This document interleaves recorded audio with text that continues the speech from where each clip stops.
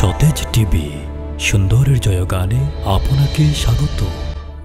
আল্লাহ তাআলার এই সূরা রহমান যখন জিন্নাতের সামনে তিলাওয়াত করেন আর ফাবিআই আলাই রাব্বিকুমা তুকাজ্জিবান তিলাওয়াত করেন, তখন জিন্নাতেরা বলে লা নুকাজ্জিবু বিশাইইন ফালাহুল হামদু। ওগো আমাদের হাবিব, আমরা আল্লাহ তাআলার কোনো একটা নিয়ামতকে অস্বীকার করি না। সকল প্রশংসা মহান রব্বুল আলামিনের। জিন্নাতেরা বলতেছে লা নুকাজ্জিবু বিশাইইন ফালাহুল হামদু, আমরা আল্লাহ তাআলার কোনো একটা নিয়ামতকে অস্বীকার করি না। এই সূরা রহমান আল্লাহ তাআলা কাল হাসরের ময়দানে যখন মিজানের পাল্লায় নেকি বদি ওজন করা হবে, তারপর যারা জান্নাতে যাবেন আল্লাহ তাআলা জান্নাতীদেরকে এই সূরা রহমান স্বয়ং তিনি নিজে তিলাওয়াত করে শোনাবেন। বলেন সুবহানাল্লাহ। আল্লাহ তাআলা জান্নাতীদেরকে উদ্দেশ্য করে বলবেন, হে জান্নাতীরা, আমি যে কোরআনে কারীমে নিয়ামতের আলোচনা করেছিলাম, তোমরা যদি দুনিয়াতে আমার কথা মতো চলে আসতে পারো, তাহলে আমি তোমাদেরকে অসংখ্য গণিত নিয়ামত দান করব। আ'দাদতু লিইবাদিয়াস সালিহিন মা লা আইনুন রাত ওয়ালা উযুন সামিআত ওয়ালা খাতারা আলা কলবি বাশার। আমি তোমাদের জন্য এমন এমন নিয়ামত জান্নাতে রাখলাম, যেই নিয়ামতগুলো কোনোদিন তোমরা চক্ষু দ্বারা দেখো নাই, যেই নিয়ামতগুলো কোনোদিন কর্ণ দ্বারাও শোনো নাই, যেই নিয়ামতের কথা কখনো কল্পনাও করো নাই। এত সুস্বাদু, এত দামি নাজ নিয়ামত আমি আল্লাহ তাআলা তোমাদেরকে জান্নাতে প্রস্তুত করে রাখলাম। এই যে আমি কোরআনে কারীমে তোমাদেরকে নিয়ামত দিব, পুরস্কার দিব আলোচনা করেছিলাম, এই সকল নিয়ামত কি তোমরা পেয়েছো? তখন জান্নাতীরা বলবে, আল্লাহ, আমরা তো আপনি যেগুলা বলেছেন এর চাইতে কত হাজার গুণ বেশি পেয়েছি। সুবহানাল্লাহ। আপনি যেগুলা বলেছিলেন এর চাইতে অনেক বেশি আমরা পেয়েছি। তখন আল্লাহ তাআলা বলবেন, আচ্ছা আর কোনো চাওয়া আছে?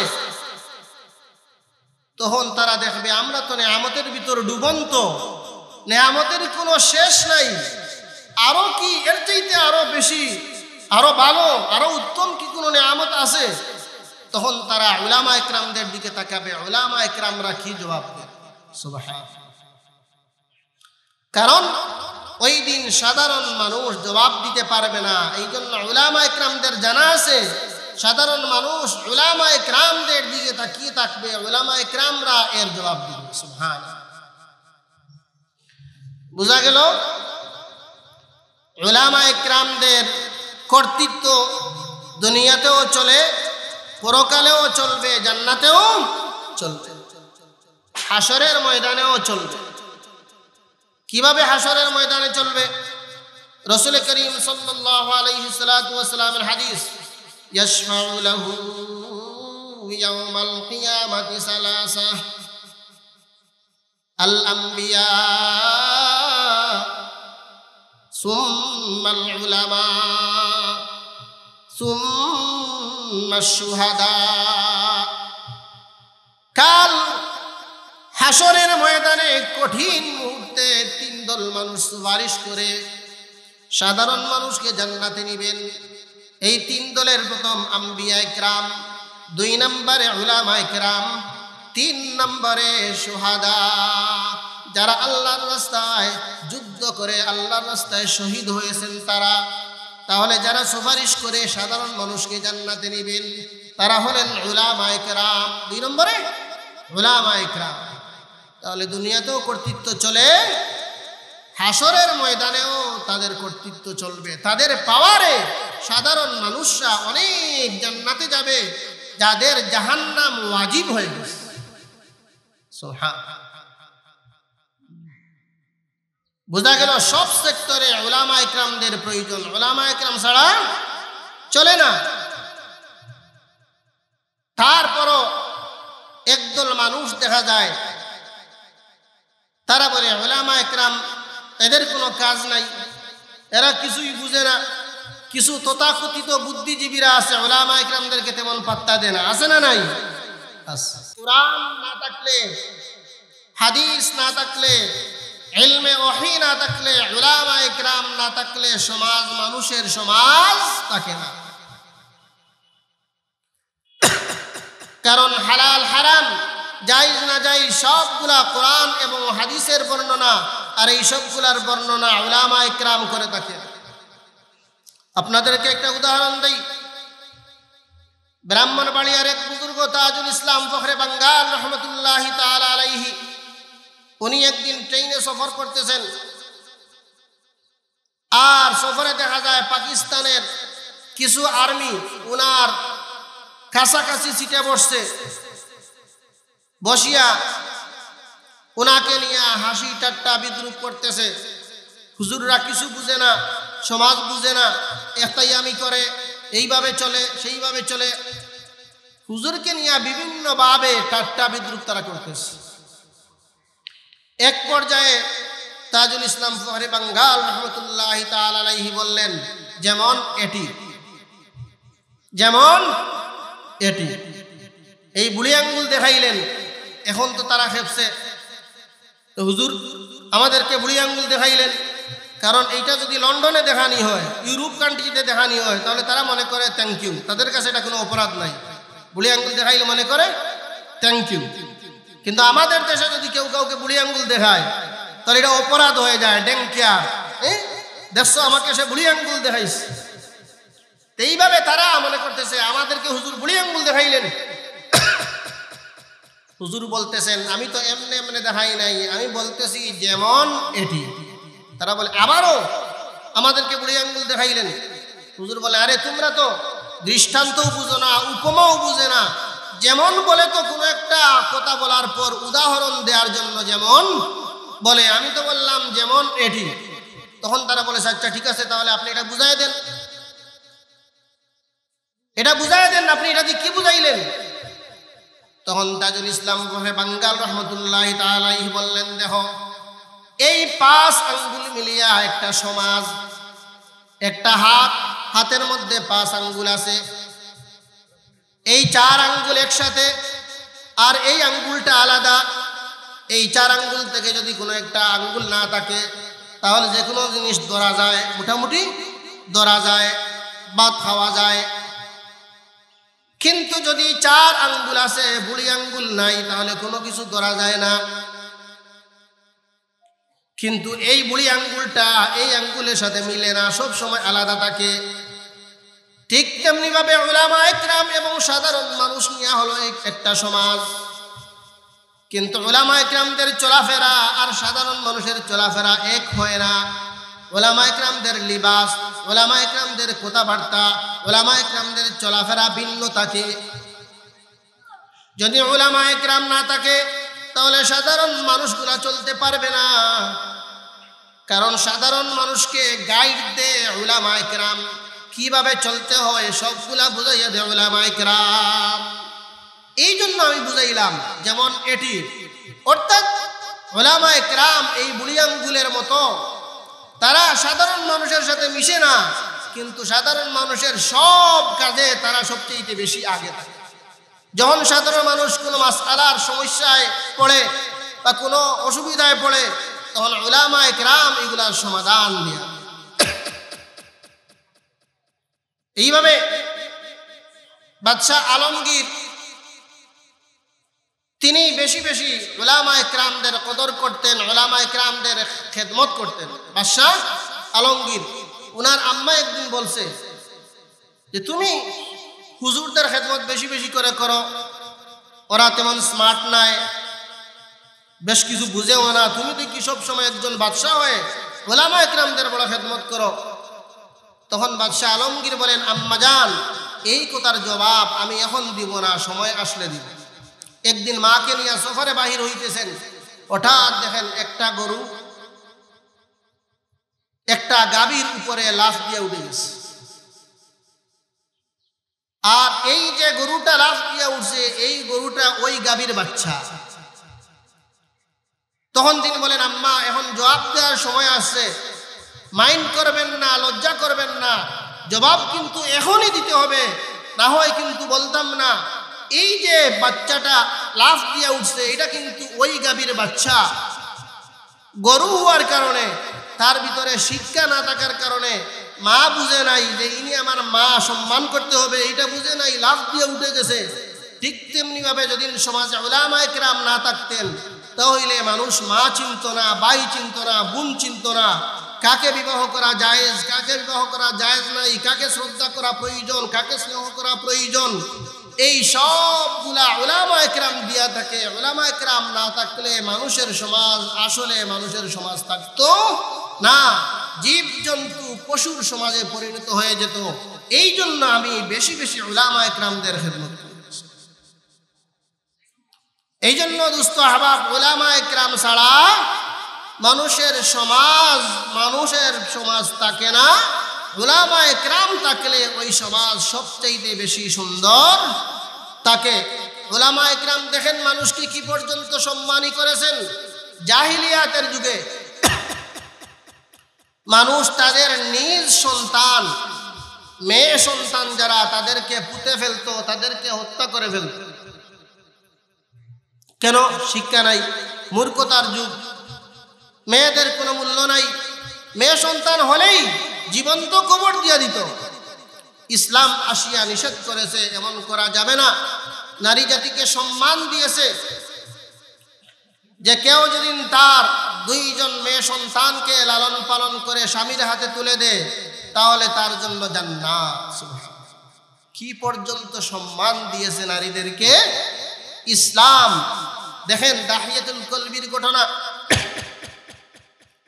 দাহিয়াতুল কলবি একজন সাহাবী, রাসূল করিম সাল্লাল্লাহু আলাইহি সাল্লাতু ওয়াস সালামের দরবারে আসিয়া ইসলাম ধর্ম গ্রহণ করলেন। রাসূল করিম সাল্লাল্লাহু আলাইহি সাল্লাতু ওয়াস সালামের কাছে আসিয়া বললেন, আমি ইসলাম ধর্ম গ্রহণ করতে চাই। রাসূল তো খুশি, বাহ বাহ, একজন মানুষ ইসলাম ধর্ম গ্রহণ করলে চিরস্থায়ী জাহান্নাম থেকে বাঁচার উপায় হয়ে গেল। রাসূল খুব খুশি। রাসূলের হাত ধরে দাহিয়াতুল কলবি ইসলাম ধর্ম গ্রহণ করলেন। তারপর দাহিয়াতুল কলবি জোর জোর করে চোখের পানি ছেড়ে কান্না শুরু করলেন। আল্লাহ রাসূল বলেন, দাহিয়াতুল কলবি তুমি কাঁদছো কেন? কি ব্যাপার? ইসলাম ধর্ম গ্রহণ করেছো, অনেক খুশি। আমি তো জোরপূর্বক তোমাকে ইসলাম ধর্ম গ্রহণ করাই নাই, তুমি তো স্বেচ্ছায় আসিয়া ইসলাম ধর্ম গ্রহণ করেছো, তাহলে এবার কান্না করার কি আছে? দাহিয়াতুল কলবি আরো বেশি জোর জোর করে চোখের পানি ছাড়েন আর কান্না তামান্না, কান্না তামান্না, কান্না তামান্না। আল্লাহ রাসূল বলেন, কি ব্যাপার আমাকে একটু খুলে বলো, নিশ্চয়ই কোনো একটা কাহিনীর ভিতরে আছে। দাহিয়াতুল কলবি বলেন, ওগো আল্লাহর হাবিব, আমার মতো অন্যায়, আমার মতো অপরাধ আর কেউ করে নাই। সবচাইতে বড় অপরাধী হইলাম আমি। কি অপরাধ করেছো?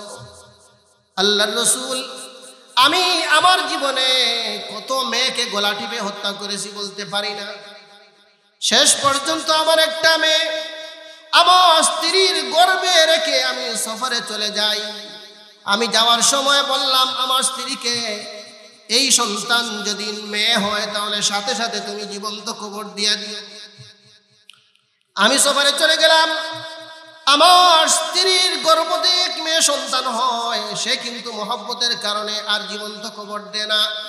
4-5 বছর পর আমি যখন বাড়িতে আসলাম, দেখি এখন 4-5 বছর বয়স হয়ে গেছে। আমাকে আব্বা আব্বা বলিয়া ডাকে। আমি মনস্থ করলাম তাকে জীবন্ত খবর দিয়া দিব। আমি অনেক রাগ করলাম আমার স্ত্রীর সাথে, কিন্তু আমার স্ত্রী আমার পায়ে ধরে প্রাণ ভিক্ষা চাইল যে প্রাণের স্বামী, আমার এই সন্তানকে তুমি মারবা না। আমি তার কথায় মেনে নিলাম, কিন্তু বাজারে গিয়ে আমি হাঁটতে পারি না। আমার সাথী সঙ্গীরা আমাকে নিয়ে ঠাট্টা করে, বাজারে ফ্রেন্ড বন্ধুদের সাথে আমি মুখ দেখাইতে পারি না। তখন আমি আর ধৈর্য ধরতে পারলাম না। বাড়িতে আসি আমি আমার স্ত্রীকে বললাম, আমার মেয়েকে ভালো করে সাজাইয়া দাও, আমি তার নানার বাড়ি নিয়ে যাব।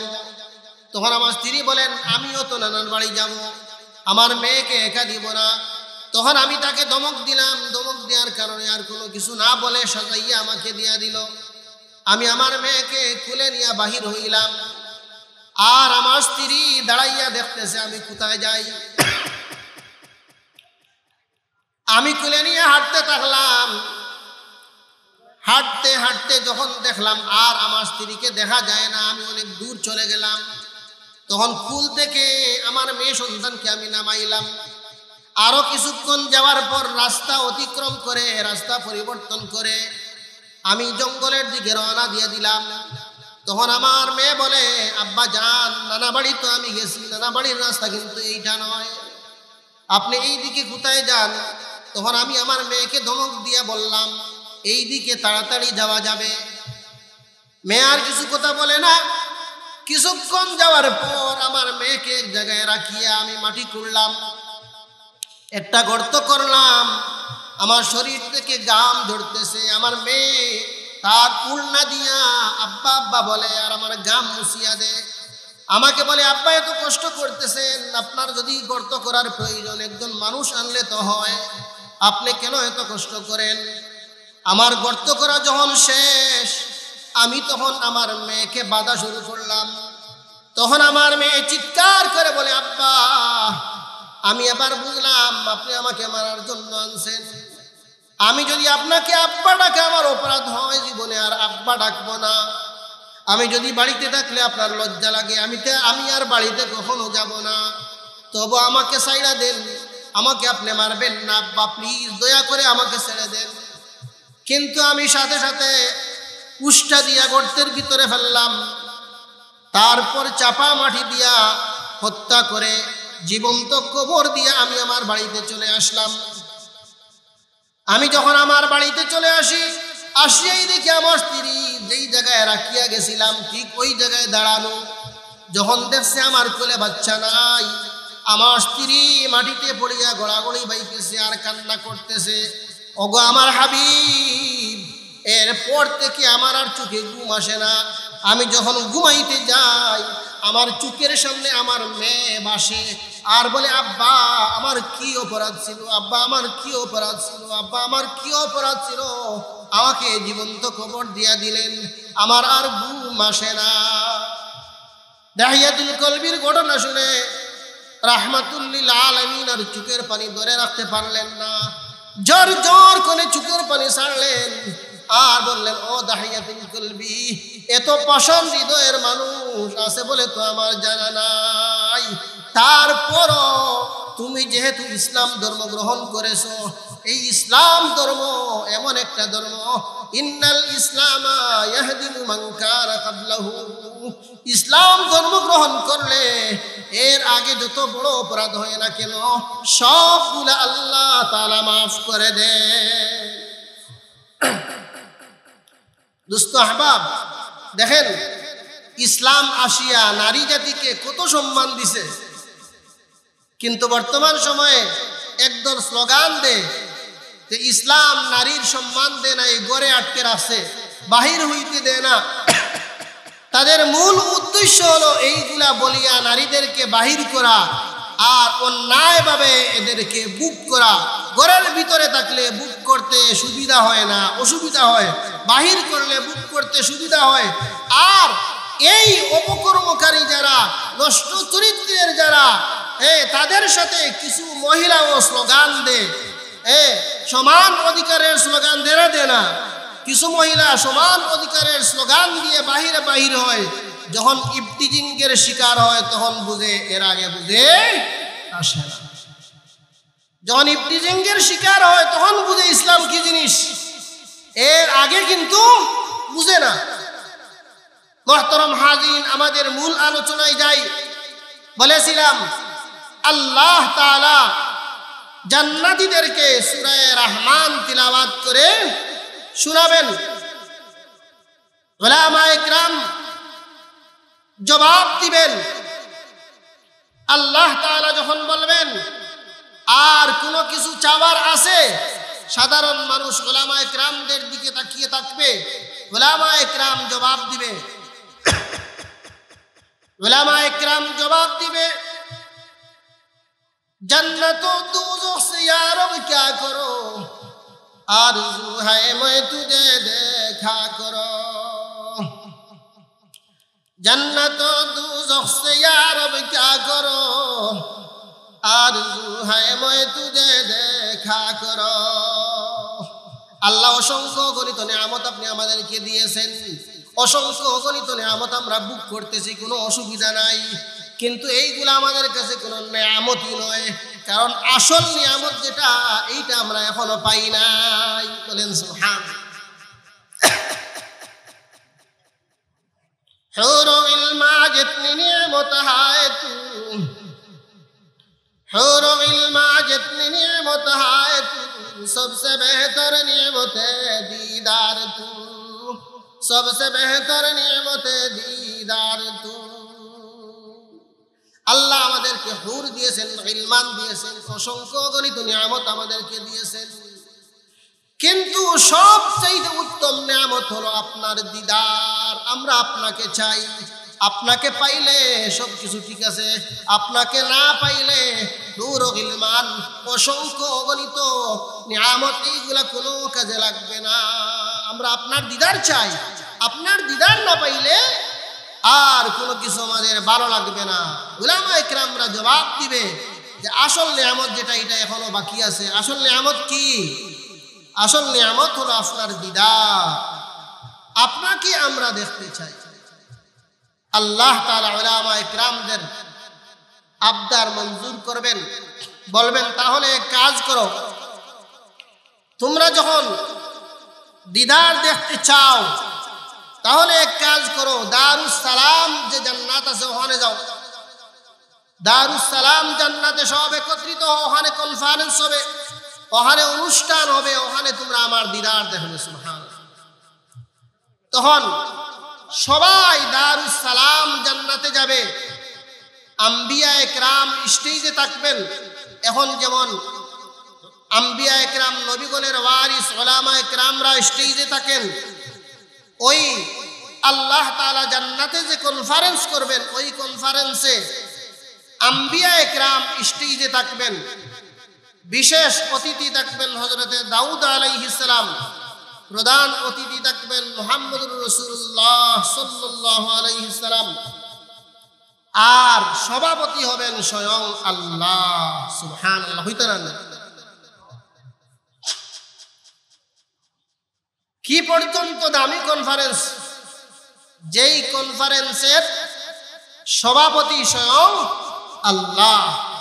প্রধান অতিথি হবেন এমন এক ব্যক্তি যিনি না হইলে আল্লাহ তাআলা আসমান জমিন সৃষ্টি করতেন না, রাহমাতুল লিল আলামিন। বিশেষ অতিথি হইবেন হযরতে দাউদ আলাইহিস সালাতু ওয়াস সালাম। আর সাধারণ জান্নাতীরা উলামা ইকরাম সহ সব সামনে বসা থাকবে। এই অবস্থায় কনফারেন্স হবে। এই অবস্থায় যখন কনফারেন্স শুরু হবে, আল্লাহ তাআলা তো আগেই বলেছেন যে এই কনফারেন্স হবে, কোরআন দ্বারা বর্ণনা দিয়েছেন। যখন সবাই একত্রিত হবেন তখন আল্লাহ তাআলা ৭০,০০০ নূরের পর্দা সরাইয়া বান্দাদেরকে সালাম দিবেন, আসসালামু আলাইকুম ইয়া ইবাদি। সুবহানাল্লাহ। আল্লাহ তাআলা ৭০,০০০ নূরের পর্দা সরাইয়া বান্দাদেরকে সালাম দিবেন, আসসালামু আলাইকুম ইয়া ইবাদি। কোরআনে আল্লাহ তাআলা আগেই বলে দিয়েছেন, তাহিয়াতুহুম ইয়াওমা ইয়ালকাউনাহু সালাম। আল্লাহ তাআলা সাক্ষাতের দিন সালাম দিবেন। এই জন্য আল্লাহ তাআলা বলবেন, আসসালামু আলাইকুম ইয়া ইবাদি। আল্লাহ রাসূল সাল্লাল্লাহু আলাইহি সাল্লাম হাদিসের মধ্যে বলে গেছেন, ইন্নাকুম সাতারাউনা রাব্বাকুম কামা তারাউনাল কামার লাইলাতাল বাদর। তোমরা এখন যেইভাবে 14 রাতের চন্দ্র খুব মিষ্টিভাবে দেখো, খুব সুন্দরভাবে দেখো, আল্লাহ তাআলার দিদার তোমরা স্বচক্ষে এইভাবে দেখবে। সুবহানাল্লাহ। আল্লাহ তাআলা এই কনফারেন্স শুরু করবেন তিলাওয়াতের দ্বারা। কিসের দ্বারা? এই কনফারেন্স আল্লাহ তাআলা শুরু করবেন তিলাওয়াতের দ্বারা। কোনো গান বাজনা দ্বারা নয়। কারণ গান বাজনায় মানুষের দিল নষ্ট করে, মানুষের ভিতর মুনাফিকি তৈরি করে। আল গানা ইউনবিতুন নিফাকা ফিল কলবি কামা ইউনবিতুল মাউল কালা। গান মানুষের অন্তরে মুনাফিকি তৈরি করে, আর কোরআনে কারীম মানুষের অন্তরে হেদায়েত তৈরি করে। কোরআন শুনলে মানুষের হেদায়েত হয়। রাসূল করিম সাল্লাল্লাহু আলাইহি সাল্লাতু ওয়াস সালাম কাবা করে কোরআনে কারীমের তিলাওয়াত করতেন, আর তিলাওয়াত শুনে অসংখ্য অগণিত মানুষ ইসলাম ধর্ম গ্রহণ করতেন। সুবহানাল্লাহ। কোরআনে কারীমের তিলাওয়াত শুনলে মানুষ হেদায়েত হয়। এই জন্য কোরআনে কারীমের তিলাওয়াতের মাধ্যমে কনফারেন্স শুরু হবে।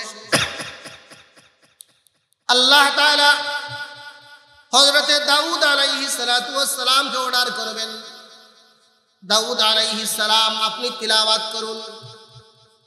দাউদ আলাইহিস সালাতু ওয়াস সালাম কোরআনে কারীমের তিলাওয়াত শুরু করবেন। আর সাধারণ মানুষ দাউদ আলাইহিস সালাতু ওয়াস সালামের কণ্ঠ এত সুন্দর হবে, এত সুন্দর হবে, লাকাদ উতিয়া ফি হালাকিহি 70 মিজমারা।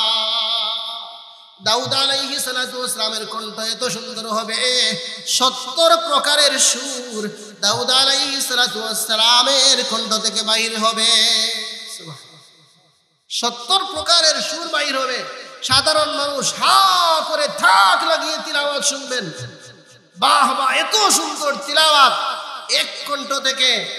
যদি 70 প্রকারের সুর বাহির হয়, আরে দাউদ আলাইহিস সালাতু ওয়াস সালাম তো এমন নবী যার তেলাওয়াত শোনার জন্য নদীর মাছ পর্যন্ত কাছে চলে আসতেন। তাহলে এই দাউদ আলাইহিস সালাতু ওয়াস সালাম দুনিয়াতে যেদিন তিলাওয়াত করার কারণে সমুদ্রের মাছ একত্রিত হয়, তাহলে জান্নাতে যখন দাউদ আলাইহিস সালাতু ওয়াস সালাম তিলাওয়াত করবেন, আর গলা থেকে এই কণ্ঠ থেকে যখন 70 প্রকারের সুর বাইর হবে, তখন সাধারণ জনতার কেমন আনন্দ লাগবে। যেমন আনন্দ লাগবে এইটা কিন্তু দুনিয়ার ভাষা দ্বারা বোঝানো সম্ভব নয়, একমাত্র জান্নাতীরাই বুঝবেন তখন কত ভালো লাগে। দুনিয়ার কোনো ভাষা নাই, বোঝানো সম্ভব নয় কি পর্যন্ত ভালো লাগে। আল্লাহ তাআলা তখন বান্দাদেরকে বলবেন, এর চাইতে আরো সুন্দর তিলাওয়াত শুনবা।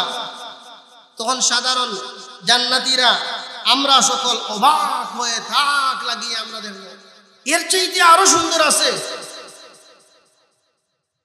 এক কণ্ঠ থেকে 70 প্রকারের সুর বাহির হইতেছে, আর সবাই যখন তাক লাগবে, চুপটা এক মুহূর্তের জন্য সরাবে না।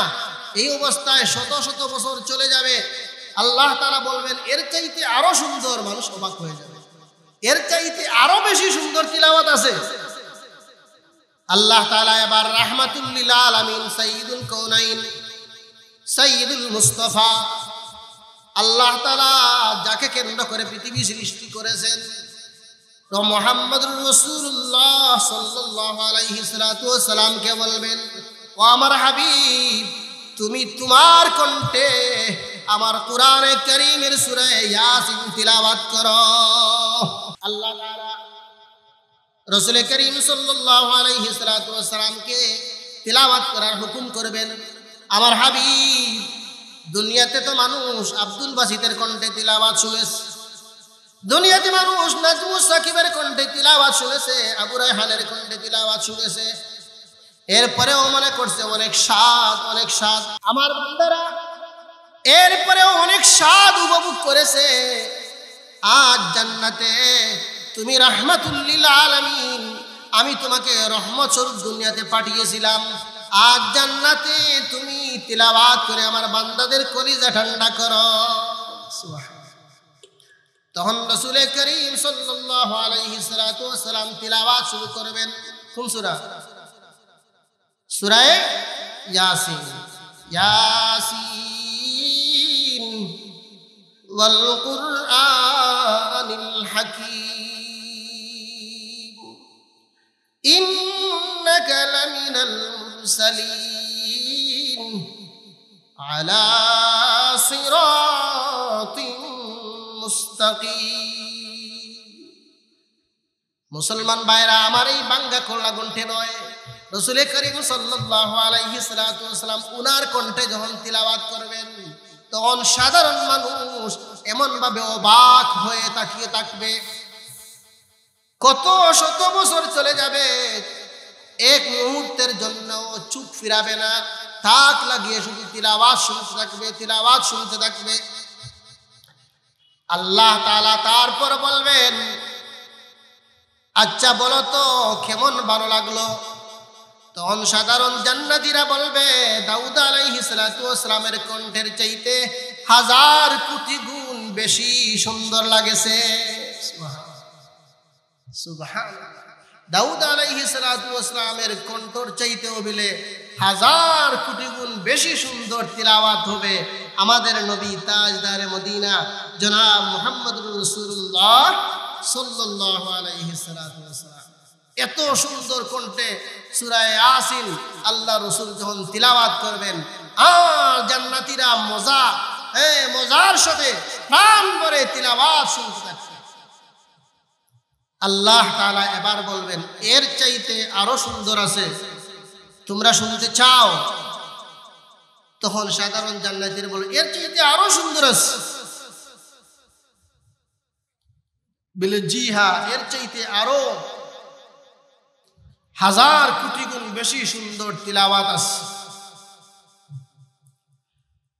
আমার বান্দা, তোমরা দুনিয়াতে আমার বান্দার কণ্ঠে তিলাওয়াত শুনেছ, জান্নাতে আসিয়া এতক্ষণ দাউদ আলাইহিস সালাতু ওয়াস সালামের কণ্ঠে তিলাওয়াত শুনেছ, তারপর আমার সবচেয়ে মুহাব্বতের নবী আকায়ে নামদার তাজদারে মদিনা জনাব মুহাম্মদুর রাসূলুল্লাহ সাল্লাল্লাহু আলাইহি সাল্লাতু ওয়াস সালামের কণ্ঠে তিলাওয়াত করেছো। এইবার এই কুরআন আমি আল্লাহ তাআলার কালাম, আমি আল্লাহ তাআলা তোমাদেরকে তিলাওয়াত করে শোনাবো। সুবহানাল্লাহ। কুরআন এটা কার কালাম? আল্লাহ তাআলার কালাম। আল্লাহ তাআলার কালাম যারাই গ্রহণ করেছে সম্মানী হয়েছে। আল্লাহ তাআলার কালামকে যারাই পিছনে রাখছে, আল্লাহ তাআলার কালাম থেকে দূরে থাকছে, তারাই দুনিয়াতে বেইজ্জত হয়েছে।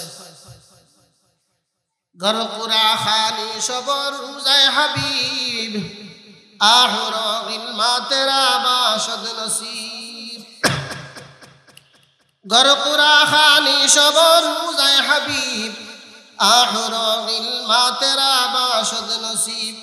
তালিয়ে কুরআন পছন্দে পেশ খুদা, হুরু ইলমা লা জরম মাহরশ ফেদা। আল্লাহর বান্দা বলেন, যারা সব সময় কোরআনকে সামনে রাখে, তার জীবন কোরআন অনুযায়ী চালায়, সব সময় কোরআনে কারীমের তিলাওয়াত শুনে, সব সময় কোরআনে কারীম অনুযায়ী তার জীবন পরিচালনা করে, আল্লাহ তাআলা তার জন্য জান্নাত রাখছেন। হুরু ইলমা সব পাগল হয়ে ঘুরবে তার জন্য। জান্নাতের রমণী হুর এবং ইলমান তাদের জন্য পাগল পারা হয়ে থাকবে যারা দুনিয়াতে কোরআনের জীবন গ্রহণ করেছে। সুবহানাল্লাহ। আচ্ছা, এই কোরআন আল্লাহ তাআলার কালাম। আল্লাহ তাআলার কালাম যদি আল্লাহ তাআলার কণ্ঠে তিলাওয়াত হয় তাহলে কেমন লাগবে? দাউদ আলাইহিস সালাতু ওয়াস সালামের কণ্ঠে হওয়ার কারণে এত সুন্দর, রাহমাতুল লিল আলামিনের কণ্ঠে এত সুন্দর, অথচ দাউদ আলাইহিস সালাতু ওয়াস সালাম এই কোরআনকে বানান নাই। আল্লাহ তাআলার কালাম এইটা রাহমাতুল লিল আলামিনেরও কালাম নয়। রাহমাতুল লিল আলামিনের কালাম হইলে একটা কথা ছিল, আল্লাহ তাআলার কালাম রাহমাতুল লিল আলামিনে তিলাওয়াত করেছেন, দাউদ আলাইহিস সালাতু ওয়াস সালাম তিলাওয়াত করেছেন, তারপরও মজার কোনো শেষ নাই। এই কালাম স্বয়ং আল্লাহ তাআলা যখন তিলাওয়াত করবেন তখন কেমন লাগে? আল্লাহ তাআলা তখন নূরে জামালির দ্বারা আত্মপ্রকাশ করে আল্লাহ তাআলা সূরা রহমান, এই সূরা বলছিলাম না শুরুতে, এই সূরা জান্নাতীদেরকে তিলাওয়াত করে শোনাবেন। আমরা এখন পড়ি, আর রহমান আল্লামাল কুরআন। আল্লাহ তাআলা যখন তিলাওয়াত করে শোনাইবেন তখন বলবেন আনার রহমান। কারণ সূরা রহমান আল্লাহ তাআলা অবতীর্ণ করেছেন। মক্কার কাফির বেঈমানেরা যখন শুনতো মুহাম্মদের কণ্ঠে বিসমিল্লাহির রহমানির রহিম, আমরা রহমান এবং রহিমের নামে আরম্ভ করেছি, তখন তারা খুঁজে পাইতো না রহমান কি রহিম কি, তখন তারা খুঁজে পাইতো না। আল্লাহ তাআলা সূরা রহমান অবতীর্ণ করে বললেন আর রহমান, তোমরা রহমান চিনো না? রহমান হলেন তিনি যিনি কোরআন শিক্ষা দিয়েছেন, আল্লামাল কোরআন, কোরআন শিক্ষা দিয়েছেন। রহমান হলেন তিনি খালাকাল ইনসান, যিনি মানুষ সৃষ্টি করেছেন। রহমান হলেন তিনি আল্লাহুল বায়ান, যিনি বর্ণনা শিক্ষা দিয়েছেন। এইভাবে আল্লাহ তাআলা আশ-শামসু ওয়াল কামারু বিহুসবান ওয়ান নাজমু ওয়াশ-শাজারু ইয়াসজুদান, যিনি সূর্য বানিয়েছেন, যিনি চন্দ্র বানিয়েছেন, যিনি তারকা বানিয়েছেন, যিনি এই পৃথিবী বানিয়েছেন, এইভাবে অসংখ্য অগণিত নিয়ামত আল্লাহ তাআলা নিয়ামতের কথা বলে বলেন এই সবগুলা যিনি বানিয়েছেন তিনি হলেন রহমান। তোমরা রহমান এবং রহিম খুঁজে পাও না, এই জন্য তোমাদেরকে পরিচয় দিলাম সূরা রহমান দ্বারা। সূরা রহমান দ্বারা আমি পরিচয় দিলাম, তোমরা তো রহমান খুঁজে পাও না। রহমান হলেন ইনি যিনি আকাশ সৃষ্টি করেছেন, রহমান হলেন ইনি যিনি চন্দ্র সৃষ্টি করেছেন, রহমান হলেন ইনি যিনি সূর্য সৃষ্টি করেছেন, রহমান হলেন ইনি যিনি জমিন সৃষ্টি করেছেন, রহমান হলেন ইনি যিনি মানুষ সৃষ্টি করেছেন, রহমান হলেন ইনি যিনি কুল কায়নাত সবগুলা সৃষ্টি করেছেন। এই জন্য আল্লাহ তাআলা তিলাওয়াত শুরু করবেন আনার রহমান, আমি হলাম রহমান। আমরা তিলাওয়াত করি আর রহমান, আল্লাহ তাআলার নাম আর রহমান। তারপর তার পরিচয় বর্ণনা। যখন আল্লাহ তাআলা তিলাওয়াত করবেন তখন তিনি বলবেন আনার রহমান, আমি হইলাম রহমান। সুবহানাল্লাহ। এইভাবে যখন আল্লাহ তাআলা তিলাওয়াত করবেন, আল্লাহ তাআলার কালাম, আল্লাহ তাআলার কণ্ঠে যখন তিলাওয়াত শুরু হবে, তখন সাধারণ মানুষ পাগল পারা হয়ে আল্লাহ তাআলার দিকে তাকিয়ে থাকবে। হাজার হাজার বছর চলে যাবে, লক্ষ লক্ষ কোটি বছর চলে যাবে, এক মুহূর্তের জন্য চুপ অন্যদিকে ফিরাবে না। আর সবাই বলবে আরো তিলাওয়াত হোক, আরো তিলাওয়াত হোক, আরো তিলাওয়াত হোক। এইভাবে হাজার কোটি বছর চলে যাবে। এবার জান্নাতের হুর এবং রমণী তারা টুকন মারবে। যখন আল্লাহ তাআলার কণ্ঠে সূরা রহমানের তিলাওয়াত হবে, এইভাবে যখন হাজার হাজার বছর চলে যাবে, কোটি কোটি বছর চলে যাবে, তখন জান্নাতের হুর এবং রমণীরা বলবে ওগো আল্লাহ, এইভাবে যদি আপনি তিলাওয়াত করেন আর হাজার হাজার বছর চলে যায়, তাহলে আমরা আমাদের স্বামীদেরকে পাবো না। মেহেরবানি করে আপনি তিলাওয়াত বন্ধ করুন। সুবহানাল্লাহ। তখন জান্নাতের হুর, ডাগর চক্ষু বিশিষ্ট হুর এবং রমণীদের কোথায় দরখাস্তে আবেদনে আল্লাহ তাআলা তিলাওয়াত বন্ধ করে বলবেন যার যার জান্নাতে যাও। এবার সবাই যার যার ঠিকানায় আসবে। যার যার জান্নাতের রমণীদের কাছে যখন আসবে, তখন তারা বড় বড় চোখ তারা তাকাবে, যেমন স্বামীকে চিনতে পারতেছে না এমন ভাবে তারা তাকাবে। তখন তারা বলবে কি ব্যাপার, আমি তো এই জান্নাতের মালিক, তুমি তো আমার অধীনে, আমাকে চিনতেছো না। তুমি চিনবো কি করে? আল্লাহ তাআলার কোরআনের মাহফিলে অংশগ্রহণ করার কারণে আগের চাইতে হাজার গুণ সুন্দর বেশি চেহারার মধ্যে চলে আসছে, এই জন্য তো চিনতে পারছি। কোরআনের মাহফিলে আসলে হেদায়েত হয়, কোরআনের মাহফিলে আসলে অন্তর পরিষ্কার হয়, কোরআনের মাহফিলে আসলে দিলের জং এইগুলা ছুটে, হেদায়েতের আলো, কোরআনের নূর নিয়ে মানুষ বাড়িতে যায়।